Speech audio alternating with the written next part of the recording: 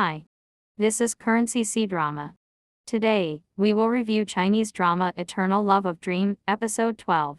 Chang Yuan explores Qi Feng Jiu learns Zhou Mingxi's death. The movements in the palace were reported to him by the king's hand. Ying Wang heard that Xuanren left Xiaojia as a guard, and was very interested in the fallen woman. He couldn't help but wonder. He knew that this younger brother had never been close to being a girl, and suspected him that what trap was being set up, and then he went to investigate carefully the origin of Xiaojia. Chang Yuanzhen learned that Feng Jiu was so brave and ran away to help the Emperor Dong Hua. He immediately lost his temper against Si Mingxing Jun. She was worried that Feng Jiu would repay her like he did last time, but finally made herself scabbing all over the body. Fan found Juju immediately and had to take her back to Qing Qiu. Feng Jiu hurriedly said that this time he must learn to be good and will not take himself in. As long as he finds Zhou Mingxi and puts the Dong Hua Emperor's calamity back on track, he will return to Qing Qiu and Chang Yuan. Suddenly remembering the incident, Wu Fengjia saw herself in the palace, and now she transformed into a close princess, Chuan, and spoke carefully.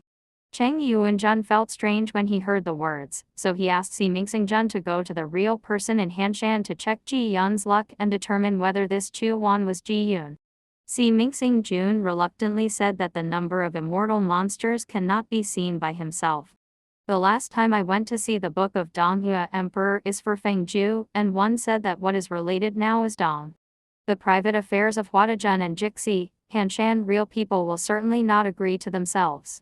Chang Yuanzhen heard the words, rolled his eyes blindly, and instead let him see the trajectory of mortal Chuan. This is a matter under his jurisdiction, and Sing Xingzhen agreed. After reading the book of Chuan, Si Mingzhen found that there was a blank space. Chang Yuanzhen heard the words very strangely, but when he got that Chuan might affect the Emperor Dong Hua Emperor, he had enough reasons. Then he hurried to find Han Shan's real person and asked him to check Ji Yun's book. As a result, it was learned that just like Chuan, Ji Yun's fortune book was blank about the future, and Chang Yuanzhen quickly told the news to Feng Jiu. Wu Fengjia heard the words and felt that this was strange. Chang Yuanzhen was worried that Feng Jiu would send himself up to hurt others like he was the last time, and finally he could only hide behind the foxhole and lick his wounds alone.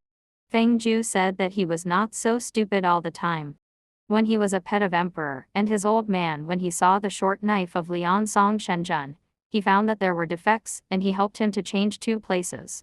As a result, Ji Yun was first invited to work, and she bit her. Chang Yuanzhen heard that Ji seemed to have amnesia, and was called by Feng Jiu in person, but did not respond, worried that she was pretending, and immediately got of a good way. Try her with that short knife picture. After returning to the 9th heaven, Chang Yuanzhen went to Liang Song Shenzhen and asked him for the short knife picture.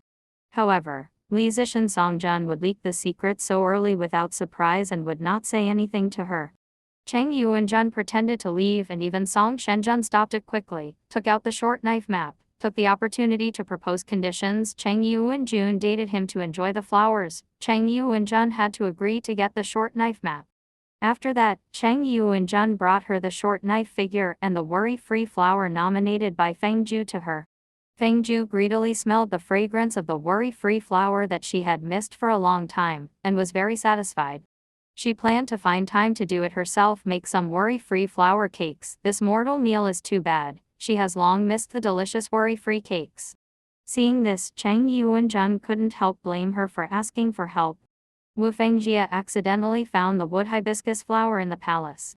Then he picked some and made a wood hibiscus cream. He gave it to Yi Qingtai and applied it to the scars left between his eyebrows during the war. The scar was judged by the Tay. Without the method of removal, Yi Qingtai had long been hopeless. Moreover, he felt that there was nothing serious about the man leaving scars on the road, so he did not take it to heart. But when Feng Jiu was so obsessed with himself, he was still very accepted happily. He told Feng Jiu that the sinking woman had no news at all, and Wang Jun had ordered to stop investigating her clues, and he could free up time to help her find Zhou Mingxi in the future. Although Feng Jiu didn't understand why Xuan Ren stopped visiting her, the news let her secretly breathe a sigh of relief, and she learned from Yi Qingti's mouth that Chuan was now in Wang Jun's study, and she immediately left and took Chang Yuan in a hurry.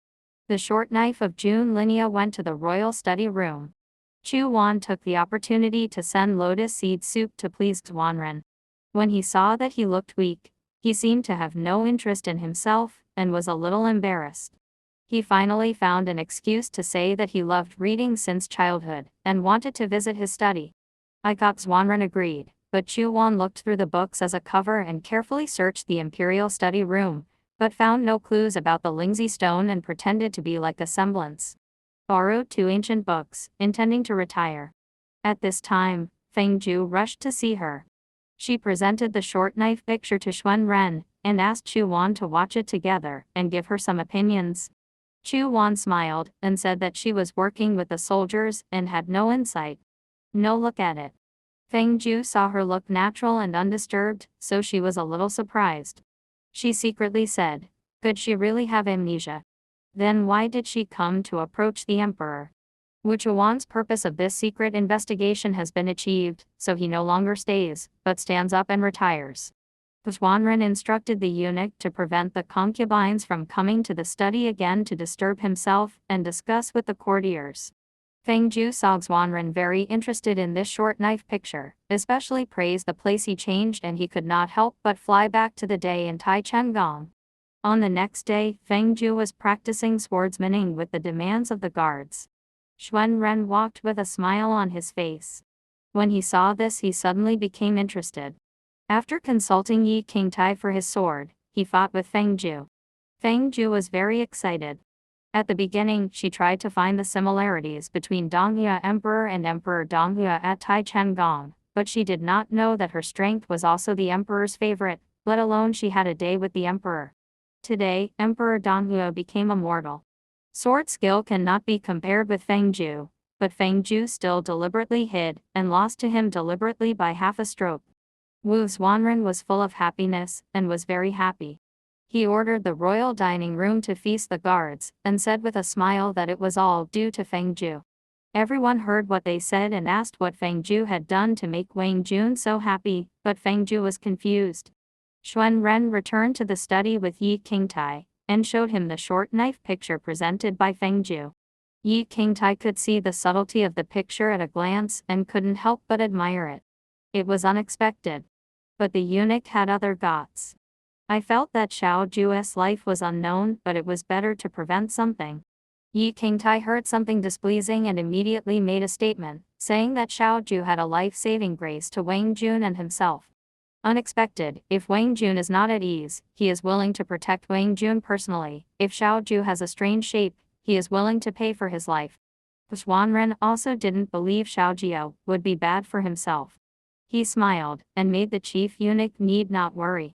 Wu Fengjie did not give up looking for Zhou Mingxi, but she checked all the maids, but there was no information about this person, and only Leng Gong had not checked. While she was thinking about how to go to Leng Gong to check it out, Xuanren announced it and accompanied him to visit Leng Gong. It turned out that on the surface he gave up the woman who fell into the water. But he kept thinking about it, and also thought of the cold palace that was not found by Yi Qingtai. After Feng Jiu accompanied Xuanren to search the cold palace, both were disappointed. When Feng Jiu was puzzled, Yi Qingtai hurried to tell her that she had found Zhou Mingxi's name in the list of dead maids. It turned out that she was the palace girl who guarded the Leng Palace, was later caught in the cold, and because of her humble status, she could not afford the precious medicinal herbs, and she died when the first King Jun died. Feng Jiu heard the words and felt very uncomfortable. For some days when Zhou Mingxi died, it was exactly half a month after the teacher Xuanren returned to the Chao dynasty. In this case, it was her own impulse that inadvertently changed her life, and caused she whined. The kind-hearted Feng Jiu was unhappy, so he found a quiet place in the palace and prayed for the incense of Zhou Mingxi. This scene was seen by Si Mingxing Jun, who could not help but praise her for her goodness. He told Feng Jiu that the Emperor Dong Hua was destined to experience the pain of love, and love that is, Zhou Mingxi did not love him. Therefore really it's not bad for her to die. However, the Emperor's love robbery was disturbed.